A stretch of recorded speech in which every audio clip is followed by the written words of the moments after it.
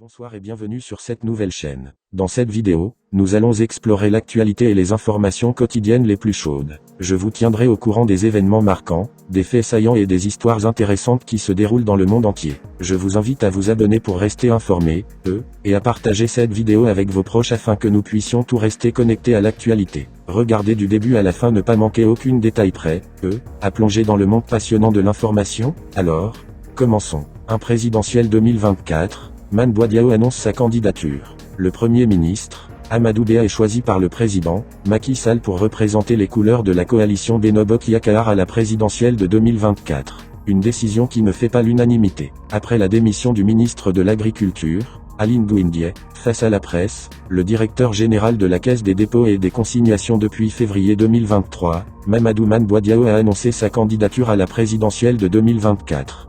Amadou Ba, candidat de Benno, le PS, la LD et Bob JS, ces trois alliés majeurs du pouvoir se prononcent mercredi et samedi. Alors que certains partis ou mouvements alliés de Benno Bokk Yakaar ont déjà salué la décision du président Macky Sall de faire de Amadou Ba le candidat de la coalition pour la prochaine présidentielle. D'autres maintiennent le suspense quant à leur position sur le sujet. Mais ceci devrait bientôt se déterminer. C'est le cas du PS, de la LD et de Bob JS de Pape Diop.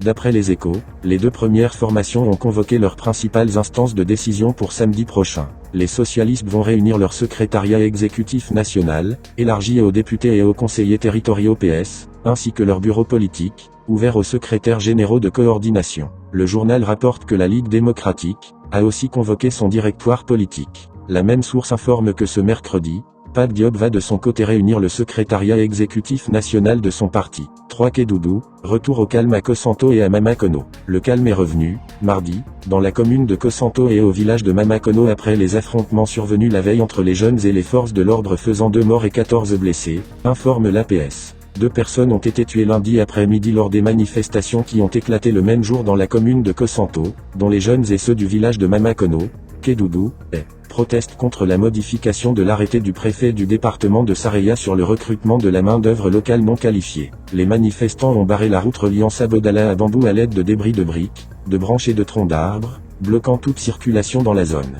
Ce mardi, la circulation était encore bloquée à cause des barricades dressées par les jeunes et plusieurs commerces du marché central de Bélédougou sont fermés, ont confié des sources faisant état d'une présence renforcée de forces de l'ordre. 4 séismes au Maroc, le bilan s'alourdit à 2901 morts et 5530 blessés. Le ministère marocain de l'Intérieur a recensé mardi de 2901 morts et 5530 blessés depuis le séisme qui a secoué certaines provinces et préfectures du royaume. Selon le bilan actualisé du séisme, le nombre de morts s'est élevé à 1643 dans la province d'Alaouz, tandis qu'aucun nouveau décès n'a été signalé dans les autres provinces et préfectures concernées, rapporte l'agence marocaine de presse. Dans un communiqué, le ministère de l'Intérieur indique que les 2884 personnes décédées ont été enterrées. Il assure que les autorités publiques poursuivent leurs efforts pour secourir, évacuer et prendre en charge les blessés et débloquer les routes endommagées suite au séisme, tout en mobilisant l'ensemble des moyens nécessaires afin de gérer les répercussions de cette douloureuse tragédie. 5 Sécurité, Keur Massar étrenne sa nouvelle section de recherche.